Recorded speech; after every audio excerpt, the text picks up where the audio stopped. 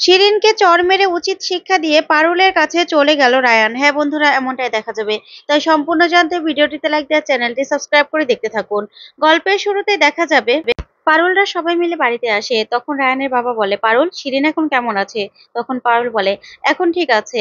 In fact ওকে hospital থেকে ছেড়েও দিয়েছে, ও বাড়িতে চলে গেছে। তারপর রায়ানের বাবা বলে, যাক, এটা তো খুব ভালো খবর। পারুল, তোমার জন্য আরেকটা খুশির খবর আছে। তখন এই কথা শুনে পারুল বলে, কি? তারপরে দেখা যাবে পলাশ পারুলের চোখ চেপে ধরে। তখন পারুল বলে, কে?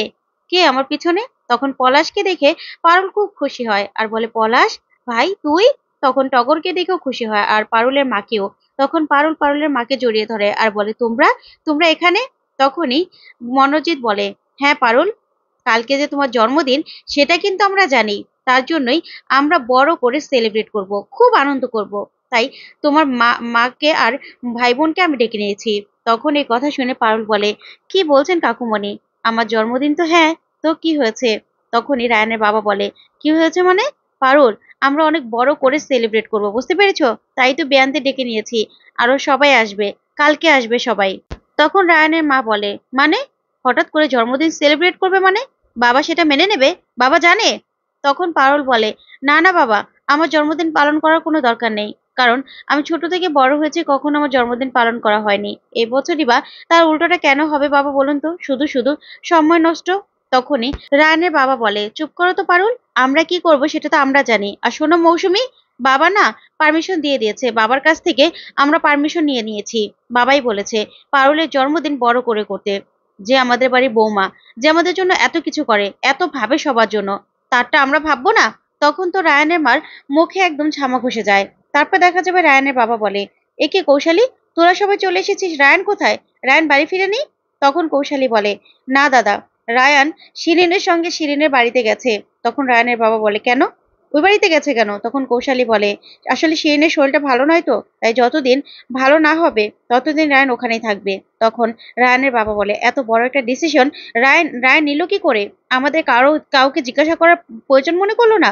তখন কৌশালী বলে, না না দাদা, এই ডিসিশনটা না রায়ান নেয়নি। এই ডিসিশনটা শিরিনের অবস্থার কথা ভেবে বৌদি ভাই নিয়েছে।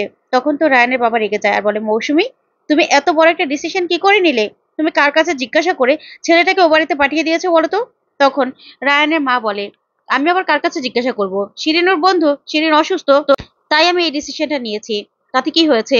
তখন রায়ানের বাবা বলে, না, তুমি এই ডিসিশনটা মোটেও ঠিক নাওনি। আর তাছাড়া রায়ান আর পারুল স্বামী স্ত্রী, কালকে পারুলের জন্মদিন, সেখানে তো রায়ানের থাকা উচিত। আর তুমি কাউকে কিছু না জিজ্ঞাসা করে এত বড় একটা ডিসিশন নিয়ে নিলে। তখন কৌশালী সেখান থেকে চলে গেলেই রায়ানের মাও চলে যায়। ওইদিকে পারুলের মা এ কাণ্ড দেখে পারুলকে জিজ্ঞাসা করে, হ্যাঁ রে পারুল, কিছু কি হয়েছে? তখন তরিতা বলে, না না আন্টি, কিছুই হয়নি, তেমন কিছুই। তখন পারুলের মা বলে, ও আচ্ছা। তখন তরিতা বলে, হ্যাঁ আন্টি, আসলে পারুলের জন্মদিন তো, তাই নিয়ে সবাই কথা বলছে। তখন তো পারুলের মা খুব খুশি হয়ে যায় আর বলে, হ্যাঁ রে মা, জামাই কোথায়? সবাই এখানে দেখছি, জামাইকে তো দেখছি না। তখন তো সবাই চমকে যায়। তারপর পারুল বলে, আসলে মা, তোমাদের জামাই না বন্ধুর খুব অসুস্থ, তাই ও তো হসপিটালে, আমরাও তো সেখান থেকে আসলাম। তখন পারুলের মা বলে, জামাইকে আবার রক্ত দিয়েছে নাকি? তখন পারুল বলে, হ্যাঁ হ্যাঁ মা, আসলে রায়ানের তো আবার রক্তের গ্রুপ ও পজিটিভ, তাই সবাই ওকে ডাকে, ওনার সবাইকে রক্ত দেয়। তখন পারুলের মা বলে, ও তাহলে তো জামাইকে ভালো মন্দ খাওয়ানো দরকার, দাঁড়া, নারুকে এখনই পাঠাচ্ছি। এই বলে পারুলের মা চলে যায়। তখন পারুল মনে মনে বলে, বাবা ভুবনেশ্বর, তুমি দেখো, মাকে আমি মিথ্যে কথা বললাম। তখন এই বলেই তরিতা বলে, আচ্ছা পারুল, রায়ানকে তো এ বাড়িতে আনতে হবে যে করেই হোক। তখন পারুল বলে, হ্যাঁ বৌমনি, তা তো ঠিকই আছে, এখন তো ফোন করতে হবে। এই বলেই রায়ানকে ফোন করতে যায়। ওইদিকে রায়ান ঘুমোচ্ছে। তখন শিরিন এসে বলে, এই রায়ান, ওঠ, তুই ঘুমোচ্ছিস কেন? ওঠ ওঠ ওঠ। তখন রায়ান বলে, কেন, কি হয়েছে? তখন শিরিন বলে, ওঠ, আমরা না এখন বাইরে লাঞ্চ করতে যাব, বাবা মা রেডি হচ্ছে। তখন রায়ান বলে, দেখ শিরিন, আমি তোর জন্য সারা রাত ঘুমোতে পারিনি, এখন আমি ঘুমোবো, আমার ভালো লাগছে না। তখন শিরিন বলে, রায়ান তুই আমার কথা শুনবি না? তুই কি এখানে এসেছিস ঘুমোতে নাকি? তোকে আমি একটুও ঘুমোতে দেবো না, বুঝতে পেরেছিস? তুই আমাদের সঙ্গে এখন লাঞ্চ করতে যাবি। তখন রায়ান বলে, আচ্ছা শিরিন, তুই এরকম করে জোর করছিস কেন বলতো? কেন এরকম করছিস? আমি তো সেটাই বুঝতে পারছি না। তোর এই পাগলামোগুলো আমি শুনবো না। এই বলেই রায়ান শুয়ে পড়ে। তখন শিরিন বলে, তুই যাবি না তো? তুই যাবি না তো? তাহলে কিন্তু আমি আবার সুসাইড করব। তখন রায়ান বলে, তুই আবার এসব কথা বলছিস? দূর, আমার আর ভালো লাগে না। আচ্ছা ঠিক আছে, যাবো, আমি রেডি হচ্ছি। তখন শিরিন বলে, ঠিক আছে, আমি বাবা মাকে রেডি হতে বলছি। এই বলে শিরিন চলে গেলেই ওইদিকে পারুল রায়ানকে ফোন করে। তখন পারুল বলে, এই রায়ান, তোর কি ব্যাপার বলতো? এদিকে নেয়ারাগোয়াল থেকে সবাই এসেছে। তখন রায়ান বলে, নেয়ারাগোয়াল থেকে সবাই এসেছে, কি বলছিস তুই? তখন পারুল বলে, হ্যাঁ। তারপরে রায়ান বলে, আমি তো আসতেও পাচ্ছি না, আমি যে কখন বেরোবো কে জানে। তখন পারুল বলে, আচ্ছা রায়ান, আজকে না আসতে পারো, কালকে বাড়িতে আসবি তো? তখন রায়ান বলে, কেন রে, কালকে কি? তখন পারুল বলে, আমার জন্মদিন কালকে।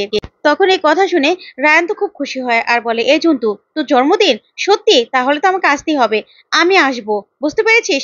তখনই শিরিন এসে দাঁড়ায় আর এসেই ফোনটা নিয়ে নেয় আর বলে, তুই একদম পারুলের সঙ্গে কথা বলবি না। তখন রায়ান শিরিনের উপর রেগে যায় আর বলে, কেন? কেন আমি পারুলের সঙ্গে কথা বলবো না? আমি যখন এখানে আসি, পারুল তো আমাকে আটকায়নি। তখন শিরিন বলে, অত কিছু আমি জানি না, অত কিছু আমি শুনতেও চাই না। তুই যতদিন এখানে থাকবি তুই পারুলের সঙ্গে একদম কথা বলতে পারবি না। আমি ওকে সহ্য করতে পারি না। ওইদিকে পারুল সব কথা শুনতে থাকে। তখন রায়ান বলে, দেখ শিরিন, আমি আর পারুল স্বামী স্ত্রী, আমার একটা দায়িত্ব রয়েছে ওর ওপর। আর তাছাড়া ওর কালকে জন্মদিন, আমাকে তো কালকে যেতেই হবে, আমি কালকে যাব। তখন শিরিন শুনে বলে, ও আচ্ছা, জন্মদিন বলে তোকে যেতে হবে? কেন তুই যাবি? তুই যেতে পারবি না, বুঝতে পেরেছিস? তখন রায়ান বলে, শোন, তুই না আমাকে আটকাতে পারবি না, আমি তো যাবই। তখন শিরিন ফোনটা কেটে দেয় আর বলে, তুই না বলে দিয়ে ভালোই করেছিস, তোকে আমি কালকে কেন, কালকে পরশু কোনো দিনও বেরোতে দেবো না, একদম বেরোতে দেবো না। তখন রায়ান বলে, আচ্ছা, তুই তো আগে বলতি দাদু আর পারুল নাকি আমাকে আটকে রাখতে চায়, আমাকে তাদের মন মতো চালাতে চায়, তাহলে তুই এখন চাইছিস কেন, কেন এরকম করছিস? তখন শিরিন বলে, দেখ আমি অত কিছু জানতে চাই না, তুই যাবি না ব্যাস। এই বলেই রায়ানের ফোনটা নিয়ে চলে যায়। ওইদিকে পারুল বলে, বৌমনি, ফোনটাও কেটে দিল, ও আসবে কিনা সেটাও জানি না। তখন মল্লার বলে, ভুল হয়ে গেছে, ওকে না হসপিটাল থেকে নিয়ে আসা উচিত ছিল, কেন যে শিরিনের সঙ্গে শিরিনের বাড়িতে যেতে দিল, এটাই বুঝতে পারছি না।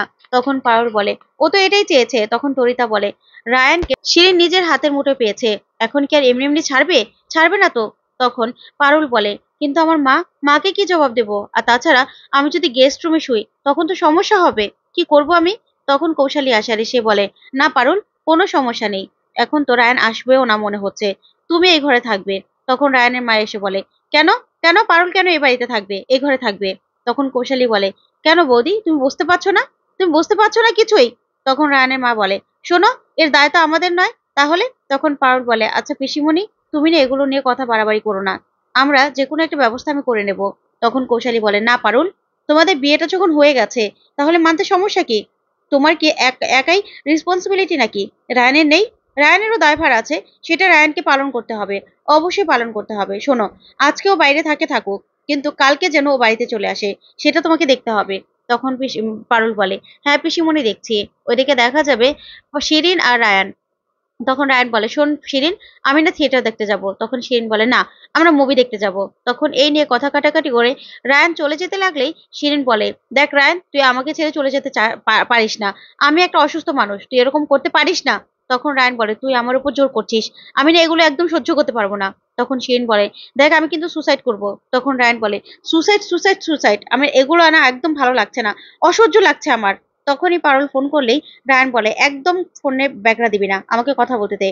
তখন রায়ান ফোনটা রিসিভ করলেই শিরিন ফোনটা নিয়ে নেয় আর বলে, পারুল, একদম রায়ানকে ফোন করবি না, রায়ান আমার সঙ্গে ব্যস্ত আছে, বুঝতে পেরেছিস? এই বলেই ফোনটা কেটে দেয়। তখন পারুল বলে, আবার ফোনটা কেটে দিল, কি করব আমি, মাকে কি করে বুঝাবো? তখনই পারুলের মা সেখানে চলে আসে। সে বলে, কিরে পারুল, কি বুঝাবি আমাকে? তখন পারুল বলে, না মা, ওরকম কিছুই না।